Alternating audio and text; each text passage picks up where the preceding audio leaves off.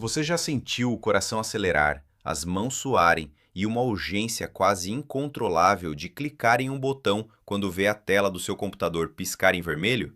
É fascinante pensar nisso. A maioria de nós entra no mercado financeiro achando que o grande desafio é prever o próximo movimento do dólar, adivinhar a ação que vai disparar ou escapar de algum grande manipulador invisível do mercado. Mas e se eu disser que o seu maior inimigo, o verdadeiro tubarão que devora o seu patrimônio, não está em Wall Street, mas sim aí, dentro da sua própria cabeça? É uma verdade que dói admitir, mas absolutamente inquestionável. Nós passamos anos estudando gráficos, lendo balanços financeiros, tentando decifrar o cenário macroeconômico. Mas a consistência real, aquela que separa quem sobrevive de quem quebra, só aparece quando a gente para de tentar prever o mercado e começa a tentar prever a nossa própria mente. O jogo do dinheiro, no fim das contas, é 80% emocional e biológico. Nós somos primatas, operando supercomputadores. Primatas com um Wi-Fi e uma conta na corretora. É uma imagem cômica, mas profundamente trágica quando olhamos para os resultados. E para entender esse abismo entre a nossa biologia e a nossa conta bancária, a gente precisa olhar para a ciência. Tem um conceito brilhante que rendeu um prêmio Nobel de Economia, que prova exatamente o quanto nós somos irracionais. A ideia de que o nosso cérebro opera em duas frequências completamente diferentes, quase como se fossem duas entidades brigando pelo controle do volante. Exatamente. Estamos falando daquela divisão clássica entre o que a psicologia chama de sistema 1 e sistema 2. Pense no sistema 1 como nosso lado ancestral. Ele é rápido, puramente intuitivo, altamente emocional e, acima de tudo, automático. Ele foi moldado há milhares de anos para nos manter vivos na savana africana. Se um arbusto se mexe, o sistema 1 não para calcular a velocidade do vento. Ele simplesmente grita: "Corra, é um leão!". Já o sistema 2 é o nosso lado moderno e civilizado. Ele é lógico, analítico, calculista, mas tem um defeito fatal. Ele é extremamente preguiçoso e consome muita energia. Ou seja, o sistema 2 é aquele que deveria estar lendo o relatório da empresa, calculando o risco e mantendo a calma. Mas, sob estresse, quem assume o comando é o sobrevivencialista da savana. Como é que essa dinâmica bizarra se manifesta na prática, no momento em que a pessoa está lá, olhando o gráfico despencar 5% logo na abertura do mercado? Se manifesta de uma forma visceral e, na maioria das vezes, destrutiva. Imagine a cena. Sai uma notícia ruim às 9h30 da manhã. O mercado reage com violência. Em milissegundos, o sistema 1 dispara o mesmo alarme de perigo que usava para o leão na savana. Ele berra: "Perigo iminente! Vai cair mais! Fuja!". A pessoa, tomada por essa química do medo, vende tudo no fundo do poço, aceitando um prejuízo enorme. Algumas horas depois, a poeira baixa. O mercado absorve a notícia e recupera todo o preço. É só nesse momento de calmaria que o sistema 2 acorda, espreguiça-se e diz: "Nossa, por que você acabou de realizar um prejuízo completamente desnecessário, baseado em puro pânico?". É o famoso vender no fundo e comprar no topo, o esporte mais praticado do mundo. Mas isso me faz pensar em algo mais profundo. O mercado financeiro é um ambiente de probabilidades estatísticas, mas o nosso cérebro não entende estatística, ele entende atalhos. A gente usa essas heurísticas para economizar energia, certo? Só que no mercado, esses atalhos mentais se transformam em armadilhas mortais. Perfeito. E uma das armadilhas mais letais é a chamada heurística da disponibilidade. Basicamente, o nosso cérebro julga a probabilidade de um evento acontecer com base na facilidade com que conseguimos lembrar de exemplos recentes. Vivemos na era da informação instantânea. Se você abre o celular e vê 3 manchetes seguidas falando sobre uma crise iminente ou um crash no mercado, o seu cérebro superestima drasticamente a chance de o mundo acabar amanhã. Você ignora os fundamentos sólidos das empresas que você comprou e passa a operar com base no terror recente que a mídia implantou na sua memória. É uma reflexão muito forte sobre o custo da nossa hiperconexão, não é? Os algoritmos das redes sociais e das notícias sabem que o medo engaja. Eles sequestram o nosso sistema 1 de propósito.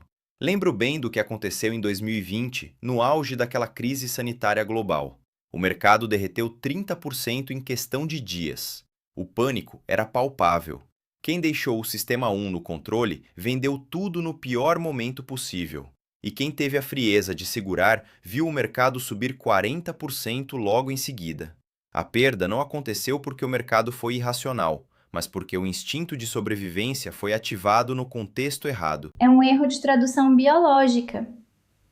E isso nos leva à descoberta talvez mais impactante sobre o comportamento do investidor: a aversão à perda.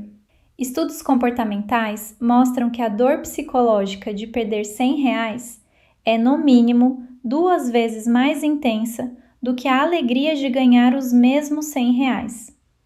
E se voltarmos para a biologia, faz todo sentido. Perder o seu estoque de comida no inverno significava a morte. Encontrar um pouco de comida extra era apenas um bônus agradável. O nosso cérebro penaliza a perda de forma desproporcional, porque no passado o otimismo custava a vida. Isso é fascinante. Nós literalmente carregamos o peso evolutivo da sobrevivência toda vez que abrimos a plataforma de investimentos. Mas como essa aversão à perda distorce as nossas decisões no dia a dia? Porque eu imagino que fugir da dor a qualquer custo cria anomalias terríveis na forma como gerenciamos o dinheiro. Cria comportamentos extremamente tóxicos para o patrimônio. O primeiro deles é o efeito de exposição. Funciona assim: o investidor compra 2 ações. A primeira sobe rápido. O que ele faz? Ele vende imediatamente, mesmo que a empresa seja excelente, só para garantir aquele lucro e sentir o alívio da ansiedade. Já a segunda ação começa a cair. Os fundamentos pioram, a empresa perde valor. Mas ele não vende. Ele segura, porque apertar o botão de venda significa realizar a perda. E a dor de admitir o erro é insuportável para o sistema 1. O resultado no longo prazo? A pessoa constrói uma carteira cheia de ervas daninhas, porque cortou todas as flores cedo demais. Nossa, que metáfora dura e precisa! Cortar as flores e regar as ervas daninhas. Se a gente parar para pensar, o ser humano faz isso em várias áreas da vida, até em relacionamentos. Seguramos o que nos faz mal porque o rompimento dói e abrimos mão do que é bom por medo de perder no futuro. Mas voltando ao mercado, existe um outro lado dessa moeda do medo, não é? Aquele momento em que o medo de errar é tão grande que a pessoa simplesmente congela. Exato, a famosa paralisia por análise. A aversão à perda cria um fantasma tão assustador que a pessoa passa meses, às vezes anos, estudando. Ela lê todos os relatórios, faz dezenas de cursos, acompanha todos os indicadores, sempre esperando o momento perfeito para entrar no mercado. Só que o momento perfeito não existe. O custo emocional de cometer um erro parece tão devastador que o sistema 1 bloqueia qualquer ação do sistema 2. A pessoa perde oportunidades transformadoras porque escolheu o conforto da inércia. Chegamos a um ponto crucial então. Se o nosso hardware biológico foi programado para nos sabotar financeiramente e nós não podemos simplesmente desinstalar o sistema 1, qual é a saída? Como a gente sobrevive a nós mesmos? A saída não é reprimir a emoção, porque isso é impossível. A saída é criar o que chamamos de freios cognitivos. É aqui que a teoria se transforma em prática. Antes de tomar qualquer decisão financeira relevante, Você precisa de um mecanismo que force o sistema 2 a assumir o controle. Um checklist inegociável. Perguntas simples, mas poderosas. Eu estou prestes a comprar isso baseada em uma análise técnica e fundamentalista ou estou apenas reagindo a uma notícia que me deu ansiedade? Outra pergunta vital. Qual é o pior cenário possível para essa operação? E eu estou genuinamente confortável em aceitar esse risco? Ou a minha favorita. Se eu não tivesse essa ação na minha carteira hoje, eu a compraria pelo preço atual? Brilhante! Na psicologia clínica, isso tem um nome: distanciamento cognitivo. É o ato de criar um pequeno espaço, um vácuo de tempo entre o estímulo emocional e a sua reação. É nesse exato espaço que mora a racionalidade e, consequentemente, a lucratividade consistente. Não se trata de aprender a escolher a ação mágica, mas sim de aprender quando você deve confiar na sua intuição e quando você precisa puxar o freio de mão da sua própria mente. É exatamente nesse espaço que você deixa de ser um passageiro das suas emoções e passa a ser o motorista do seu patrimônio. Compreender as suas próprias falhas cognitivas é a maior vantagem competitiva que alguém pode ter no mercado. Uma jornada e tanto pelas armadilhas da nossa própria mente. Começamos falando sobre como o medo e os atalhos mentais nos transformam em presas fáceis para as oscilações do mercado. Mas por mais destrutivo que o medo seja, existe uma outra emoção, uma força muito mais silenciosa, sedutora e muitas vezes letal: a ganância. Aquela voz que sussurra para você apostar tudo, ou a procrastinação disfarçada de prudência que te faz deixar tudo para amanhã. Esse é o ponto nevrálgico. É o que muitos chamam de o diabo que habita os nossos pensamentos, nos alienando dos nossos próprios objetivos. O medo faz você fugir, mas a ganância e a alienação fazem você caminhar sorrindo em direção ao precipício. Um gancho perfeito.